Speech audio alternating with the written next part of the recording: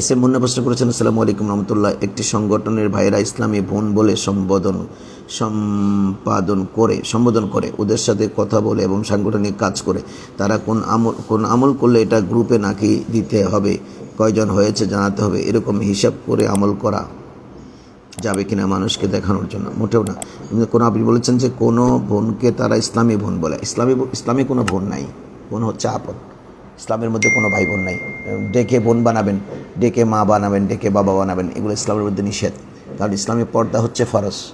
আপনি যাকে ডেকে বোন বানাচ্ছেন, আপনার বোন না থাকলে আপনার আপন বোন আপনার বোন। তারপরে আপনার এই আপন বোন ছাড়া আপনি আর কোনো বোনকে, আপনি বৈমাত্রীয় বোন, বৈপিত্রীয় বোন, তারপরে আপনার দুদু বোন, ইনারা ছাড়া, যেমন আপনার বাবা আগে বিয়ে করেছিল, ওই করে একটা বোন আছে, ওটা আপনার বোন, ওটাকে আপনি দেখা দিতে পারবেন। আপনার মাকে অন্য জায়গায় আগে বিয়ে দেওয়া হয়েছিল, সেখানে একটা বোন আছে, এটা আপনার বৈমাত্রীয় বোন, তাকে আপনি দেখা দিতে পারবেন। অথবা আপন বোন, মায়ের সেকম থেকে আপনি আর উনি একই বাবার প্রজন্ম হয়ে যারা এসেছেন তারা ভাই বোন।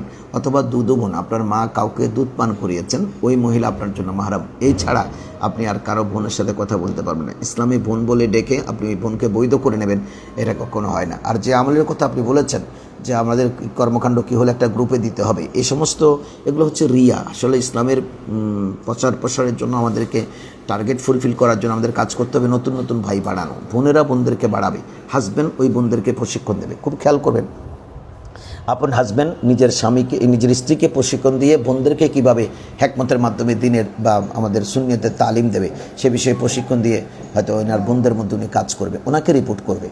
স্বামীকে রিপোর্ট করতে পারে যে আমরা 5 জন বোনের সাথে কথা বলেছি, ওনারা এভাবে এগিয়ে যাচ্ছেন, উনি মনিটর করবেন, কোনো অসুবিধা নেই। কিন্তু ওনার সাথে সরাসরি তারা মিটিং করে, চ্যাট করে ওনার সাথে কোনো পর্যালোচনা করতে পারবেন না। আমাদেরকে মহিলা মোয়াল্লেমা তৈরি করতে হবে, মহিলা মোয়াল্লেমারাই তাদেরকে তালিম তরবিয়ত দিয়ে শক্তিশালী করে তুলবে।